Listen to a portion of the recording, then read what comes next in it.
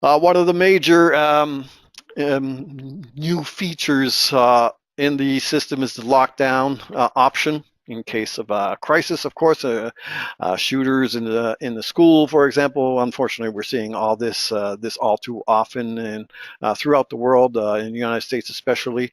Europe has seen many occasions where terrorists are causing deaths and shootings and so on and so forth.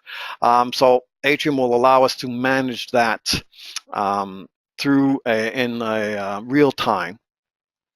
So how do we enable and function with the lockdown? So we can initiate or trigger or start the lockdown with cards. Now, if you're using cards or even transmitters, a wireless transmitter with a wireless receiver, you can have a double swipe of a card or a single swipe, and you can choose which cards can start the lockdown and which cards can stop the lockdown. You can also indicate that we will need 2 cards. So you have a single swipe, a double swipe to initiate lockdown, or you need to have 2 cards. So you need to be 2 people to start or stop the lockdown. And this can be individually configured. You can, of course, go through the software, the Atrium software, or through the web browser. And there is a menu to start and stop the lockdown. If you want, you can prompt the user that has logged into the system to start the lockdown or stop the lockdown to provide their user password. So this is an option that you can enable or disable. So if I've logged in and I want to start the lockdown, and we see down here at the bottom, start lockdown, we can prompt the user to enter his password. The password he will enter is his login password into the system, whether it's the software or the web browser. And last but not least, you can also use buttons. So any emergency buttons that you have can be used as a to start or stop a lockdown scenario in the system. When the lockdown has started, the readers will stop reading cards. The doors will all lock and no cards will work. The cards will be denied access. So if we take a school scenario, the teachers and the staff have their cards and so on and so forth. I initiate lockdown, whether it's through a double swipe, through the software, the web browser, or through a button, all the doors will lock. Even if they had unlocked schedules, they will automatically lock. The readers will stop reading cards. In the system, I will be able to define which cards will continue to have the capability to unlock doors. These cards will typically be reserved for the emergency response team, the SWAT team that come into the building and are searching and hunting down the shooter that's inside the building, for example. So only the SWAT team will be able to gain access to the classrooms. Any other card will be denied access.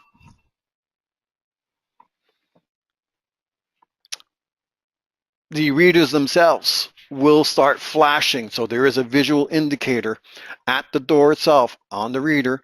If they are the CDVI readers, you will see the reader blinking blue and red quickly. So once the lockdown is initiated, all the readers that are part of the lockdown will start blinking blue and red. The SWAT team will then evacuate the school class by class. So when I use my card with the SWAT, as a SWAT team, I have the privilege to unlock the door even though we're in lockdown. It'll unlock for your unlock time in the system, which is by default 5 seconds.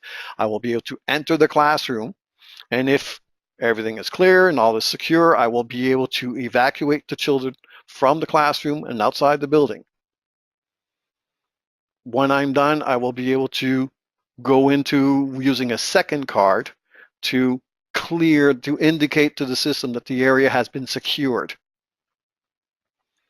These cards can be any card in the system.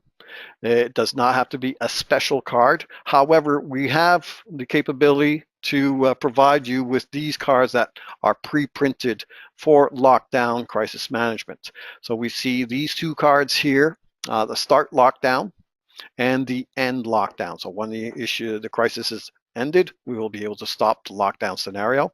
We also have two other cards that come with this that are available. The grant access, the orange card, and maintain lockdown.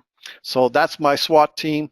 We're in alarm, we're in crisis. You're going through door to door to each class. When you swipe your card has the option to unlock the door even if we are in lockdown. We'll grant you access, and once you've cleared the area or secured the area, you will have a second card to be able to secure the area. Once you use this second card to secure the area, the reader at that door will now blink. Instead of blue and red, it will blink blue and green. So another visual indicator that this particular classroom has been secured and cleared. Now, these cards come in a kit, and they're convenient to use, and so on and so forth.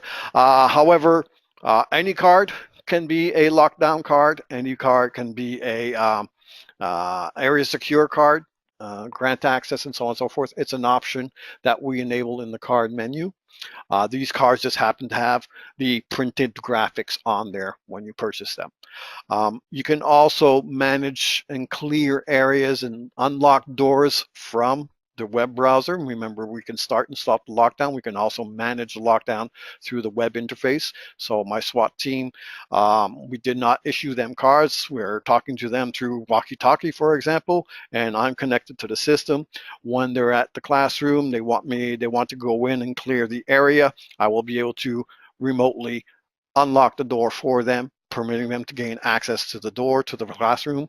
And once they're done, we can then set the area as secure through both the web interface and the software. So you can do it through cards and or the PC and or the web interface.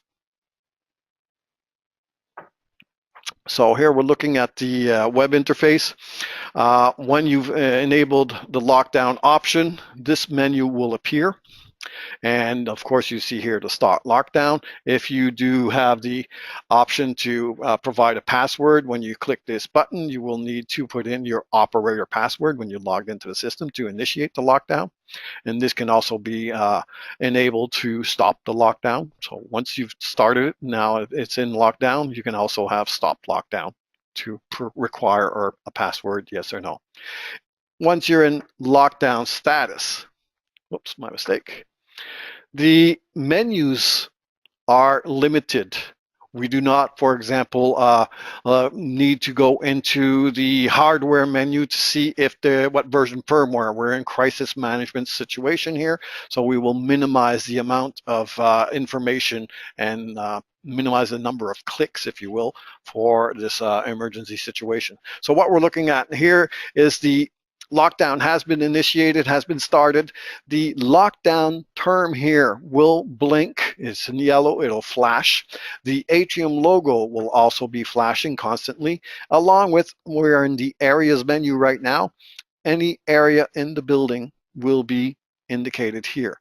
And for each area, this per door, in other words, you will see if the area is in lockdown or if it has been secured or not. If the area has been secured either through the card or through the web interface, for example, the secured areas will appear at the end of the list of doors. We will always present the areas that are still in lockdown mode at the top of the list, at the beginning of the list. We can include, by default, all the doors in the system, all the areas in the system will become part of the lockdown. However, in the door menu or in the area menu, I can say this particular door, I do not want it to be part of the lockdown situation. So by default, all the doors, all the areas are part of a lockdown. However, that is configurable. I can say certain doors are not going to be part of lockdown if I wish. When the lockdown is initiated or when the lockdown is stopped, I can trigger relays. For example, start lockdown, activate one of the relays on the A22. The relay is connected to an import module on a PA system, a public announcement system. When that relay is activated, the public announce system will sense the change of condition and send a voice recording over the public announcement system to tell the people to find a secure area in the building or to evacuate the building if they can. So we can interact with external things. So we can create a macro command to activate a relay when you start a lockdown and when you stop a lockdown. You can also, in addition to that, send emails. So on a start lockdown or a stop lockdown condition, we can fire off 3 different emails to an